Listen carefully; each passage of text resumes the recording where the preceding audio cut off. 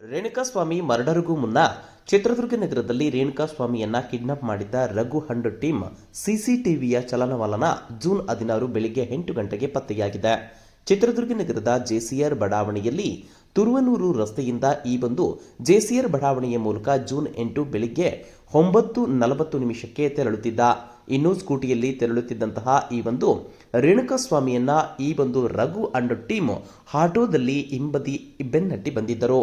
ಅಷ್ಟೇ ಅಲ್ಲದೆ ಬಳಿಕ ಗಾಯತ್ರಿ ಸರ್ಕಲ್ನಲ್ಲಿ 9:40 ತೆರಳಿದ್ದು ಆಟೋದಲ್ಲಿ ರಘು, ಜಗ್ಗ, ಅನು ಫಾಲೋ ಮಾಡಿದ್ದರು. ಅಷ್ಟೇ ಅಲ್ಲದೆ ಇನ್ನು ಅದೇ ದಿನ ಬೆಳಿಗ್ಗೆ 9:48 ಚಿತ್ರದುರ್ಗ ನಗರದ ಬಾಲಾಜಿ ಬಾರ ಸಮೀಪದಲ್ಲಿ ಈ ಒಂದು ಆಟೋವನ್ನು ಅಡ್ಡಗಟ್ಟಿದ್ದಂತಹ ಈ ಒಂದು ಕಿಡ್ನಾಪರ್ಸ್ ರೇಣುಕಾಸ್ವಾಮಿಯನ್ನ ಕಿಡ್ನಾಪ್ ಮಾಡಿದ್ದು ಸಿಸಿಟಿವಿಯಿಂದ ಬಟಾ ಬಯಲಾಗಿದೆ.